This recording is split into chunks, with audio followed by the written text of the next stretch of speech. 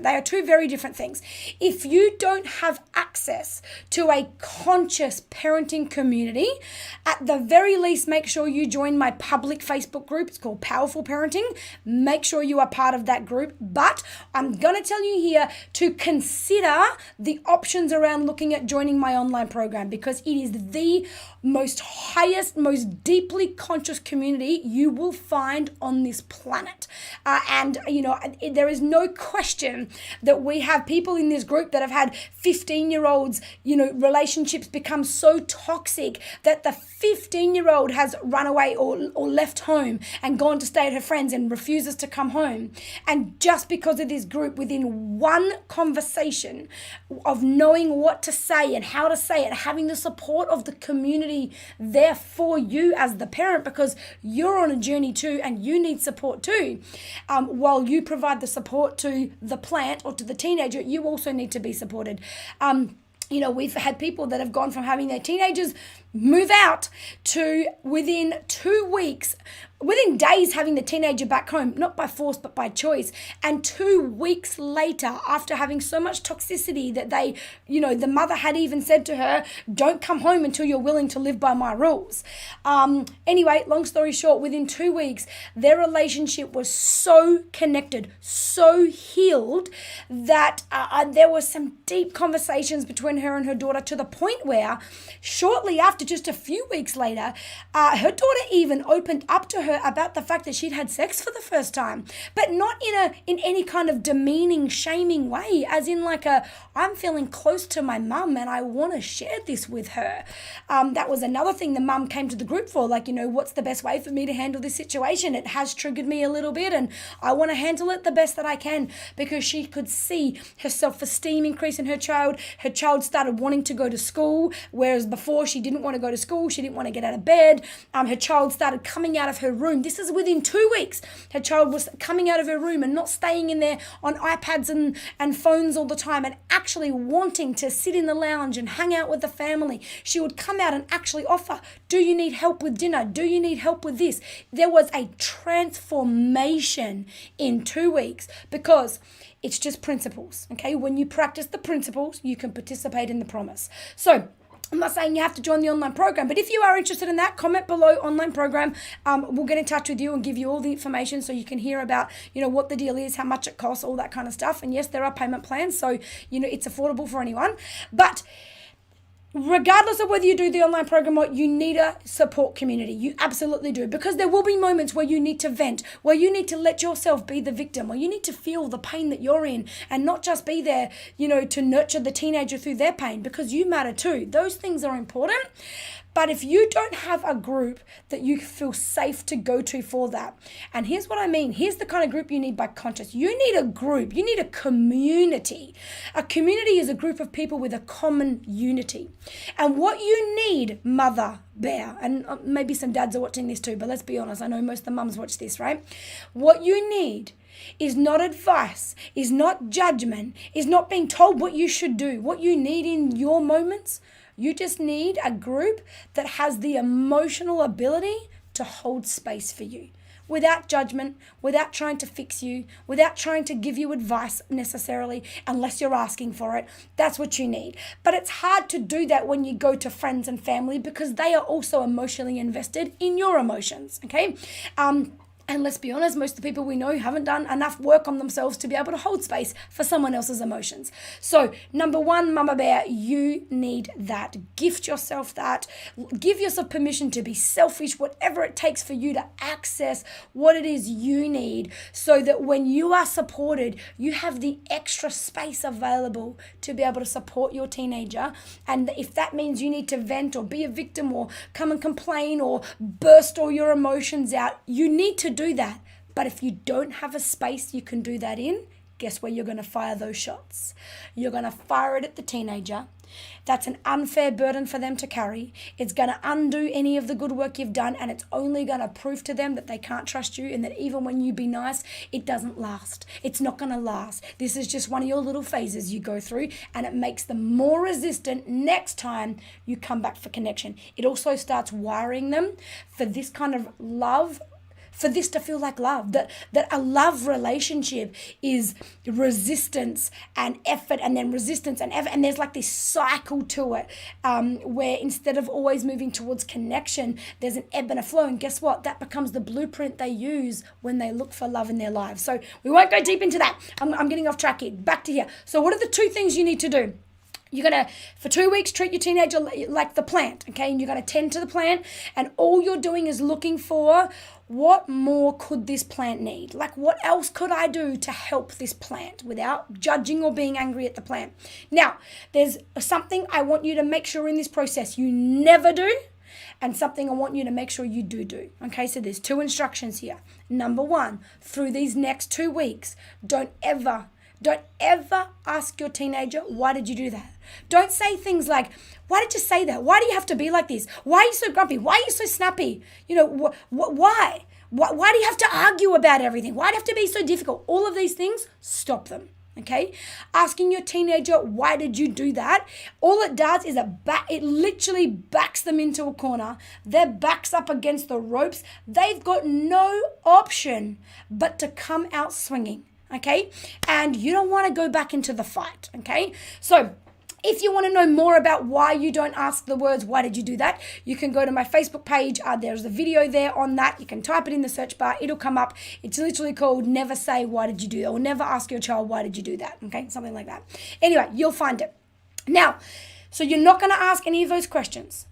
But there's one question you are going to ask. If you feel the need to ask a question, remember that your teenager is going to go through a healing process. Part of that is that they start venting any of their suppressed emotions. They start feeling a bit weird and uncomfortable. You're not reacting how you normally do. You seem different vibrationally. I feel everything. So they're going to get a bit awkward and a bit uneasy and go, well, this isn't familiar. And when something's not familiar, it doesn't feel safe. And when something doesn't feel safe, we're not sure what's going to happen. We go into uncertainty and we prepare to protect ourselves. We go into self-preservation mode. So it's normal if it almost seems like your teenager starts acting up a little bit more. They're like, what's going on here? Okay? Sit with it. Keep tending to the plant. Okay, love them through this. Love them through this. Okay, now, the one thing you are going to ask at any time that you feel you need to, the only question you're allowed to ask is, what do you need? I can see your heart is hurting right now. I see you feeling frustrated. What is it you need? And if they say, well, I just need you to stop asking, and I just needed you to stop doing this, you go, okay, so what would it look like to you if I was able to do that? When you say that to me, what does that mean? What do you literally need me to do or not do? What is it? How would that look to you? I just need you to stop bugging me. Okay, well, if I wasn't to bug you, what would that look like? Okay, what is it you need from me that would make you feel like I'm no longer bugging you, or I'm no longer whatever it might be? Okay, what is it you need? It's a question you ask yourself inside your mind. What else do you need? And you don't even have to say this out loud. Even if they're sitting there arguing with you, you can just go into your own little heart space, get out of your thoughts, stop thinking your way through this. You cannot think your way out of a situation that you thought your way into. Okay, let's be honest, your thoughts don't work. Okay, your thoughts, the way that you have thought up until now, have landed you in the situation you're in. So you can't use your thoughts anymore because they don't produce the result I know that your heart is looking for. So borrow my thoughts for a little while. I know this works. I've done it with thousands of families over years. So don't think your way through this. Feel your way through this. You don't even have to say it out loud, okay? If they're in too much of an agitated mood, just go into your own heart and just go, what is it you need? Like, feel it from them. What is it they need right now? What does she need? Offer them love, okay? And just see everything through that vibration. Remember, the only thing they are doing is trying to find a way to get their needs met. That is all. That is all any of us are ever trying to do, is to get our own needs met. So you're going to ask them out loud or within yourself, what is it you need? And if they give you an answer, okay, how do you see me doing that? What is it you'd need me to do? How does that look to you? So that we're clear and I'm able to meet that need for you, because my intention is to change our relationship. I love you. And I take full responsibility for where we're at. This is not your fault. This is what your teenager needs to hear. It is not your fault. And I know I've told you things are your fault in the past, and I was wrong. You are nothing other than you are doing your best. And you are nothing other than a product of an environment that I and life have created for you. And I'm sorry I missed that. I'm sorry I didn't have the courage to go deep into my own wounds that were triggered when I saw you with your wounds. Okay, I put my hand up. I'm not going down that road anymore. I'm fixing this and I'm committed to it. And I may not get it right all the time. But my goal is to work out what is it you need and see if there are ways or find ways that I can make every effort to meet those needs. If you can give me some more information on what it is you need from me to make sure that we're clear on how you need that need met, I would love to hear that. No matter what they say, do not come back, oh, but that's ridiculous. Oh, but I couldn't do. Just shut up and just receive. Hear them out. Do you know how your teenager needs to feel at the end of this? You know why this question's important? They need one feeling from you over the next 2 weeks. You know what they need? You know what they need to hear and feel from you? Whether you actually say it with words or they hear it through what you offer them vibrationally. They need to hear, I see you. I see your pain. I see you trying. I see you are only protecting yourself. I see that there have been some missing links along the way. Maybe I haven't loved you enough. Maybe I haven't known your love language and all my attempts to love you haven't translated because you receive love in a language that's different from the way I've offered it. Maybe. All your teenager needs from you right now is I see you.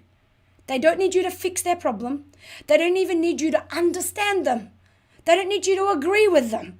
They just need to know you see them and that you are here to make this better and that none of this is their fault. That doesn't mean that they don't need to take some responsibility for some things, but even the things they need to take responsibility for are not their fault. And if you can change the filter you see this through, parents, if you can go, what does my child need? Instead of being angry at the plant for not growing the way you want it to grow no matter what you try.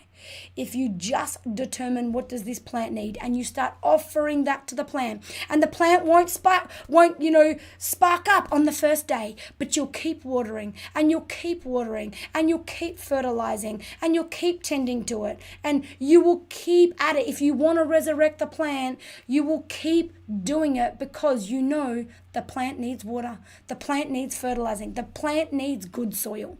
So be the water, be the soil, be the fertilizer, be the sunlight on the relationship that you share with your teenager. Stop asking, why did you do that? And instead, start asking, what do you need?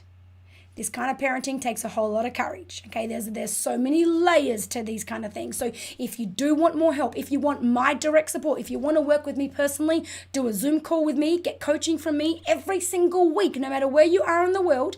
We have people from all over the world, South Africa, Canada, New Zealand, everywhere, America, Australia, all part of the program. If you want to have access to that, comment below, online program. I'll get in touch with you. We'll have a discussion. I'll give you the information. Do what you like from there. You're not going to get high pressure from us at all. We are simply here to go, hey, here's what's available. Here's all the options. There are multiple options. You go with what's best for you. If you're feeling like you need that and this has resonated, don't miss this moment. Comment that below, okay? But if that's not an option for you, that's totally fine. That's why I do all these free videos. There's another free webinar coming up. It will be announced in the next couple of weeks. So make sure you comment below #webinar. If you're interested in joining the completely free webinar, you need to hashtag below. What we do is when we announce the webinars, we will go back to everyone that has watched all these lives, and anyone that's #webinar, you will get the link to be able to register your spot first. And I can tell you that the next webinar will have one whole section covering teenagers, okay, because they are struggling the most right now. And depending on, the kind of questions I get from everybody out there and what comes in from the audience, we may even do an entirely teenage webinar. If that's something you'd be interested in, type it down below. Actually, type in teenage webinar. If that's something you really need, if there's enough interest, I am absolutely open to doing that. It would be my honor to be able to sit with a whole bunch of parents who want to make a difference before it is too late, in regards to the relationship with their teenagers. But for now, as I always say, This kind of parenting takes courage. It takes courage to do things differently. It takes courage to sit with the pain that you have to address in yourself while you love your teenager through their pain, okay? It takes courage to put these new filters on, to see things differently, to step back, to take the hit, to address our own wounds. So please, as you depart from here today, depart from here with courage. The courage to believe in a better way, the courage to voice what you've got to say, the courage to thrive when times are tough, and above all else, the courage to know you are good enough. Goodbye. I see you tomorrow.